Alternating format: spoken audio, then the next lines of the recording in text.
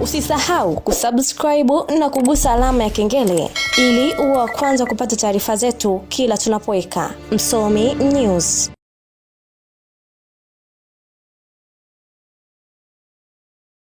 Baada ya kukaa kwa takriban miaka 90, klabu ya Young Africans imeendelea kubeba ndoto hiyo na dhamira ya dhati ya kuwa na uwanja wake binafsi. Hatimaye leo klabu ya Young Africans imefanikiwa kutia sign mkataba wa ujenzi wao wa uwanja, ambapo unakadiriwa kuwa na square mita 35, ambapo GSM ndiye ambaye atahusika kutengeneza uwanja huo. Young Africans wao wametoa eneo, kwa hiyo wanagawana 50% kwa 50. Huyu hapa rais wa Young Africans Engineer Hersi Said akizungumza leo wakati wa utiaji saini. Hapo ndipo tulipoangukia kwenye mikono ya GSM Group. Tuwapige makofi tafadhali. Baada ya mchakato huo kukamilika, tukawaalika GSM Group na tukaunda kamati, na nitambue uwepo wa Ivan Tarimo na kushukuru sana, akiwa ni mshauri wetu kwenye eneo la fedha, na kaka yetu Alex Mgongolo akiwa ni mshauri wetu kwenye eneo la sheria. Tukaweza kuwapitia na kukaa na GSM Group na kueleza dhamira yetu, na dhamira hiyo ikapokelewa kwa mikono miwili.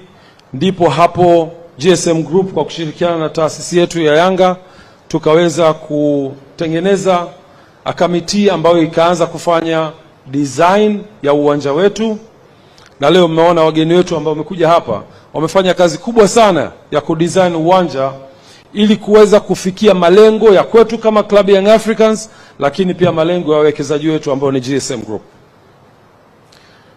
Kazi kubwa imefanyika, mliona watu wako kimya.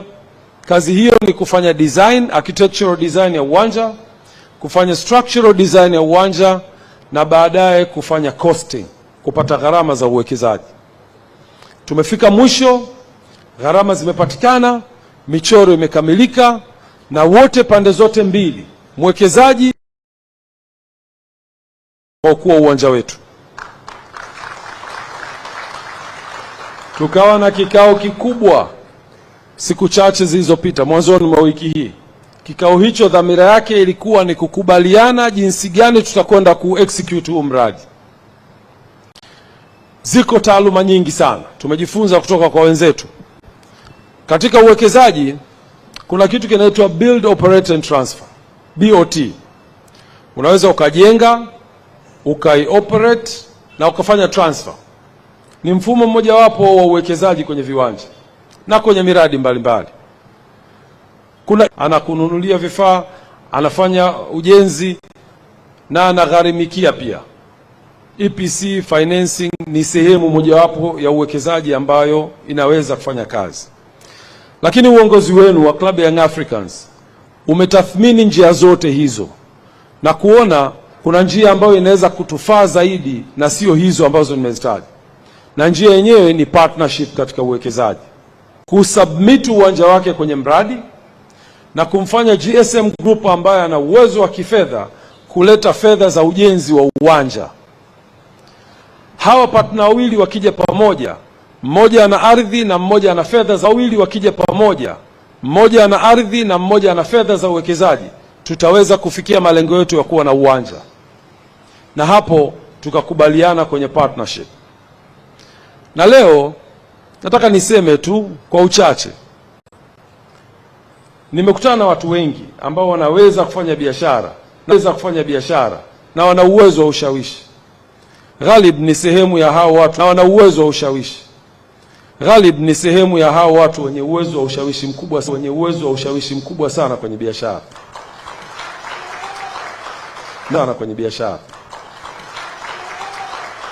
Na ushawishi wake ungeweza kutulalia sisi wanayanga.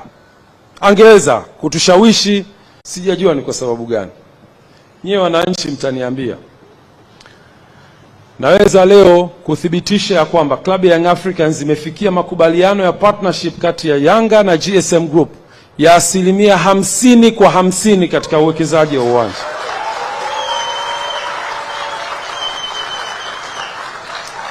Mtanielewa nikisema kwa nini skills hiyo ya kwako ya ushawishi hujaitumia kwenye Yanga ni kwa sababu ya dhamira yako njema uliyokuwa nayo kwenye klabu hii.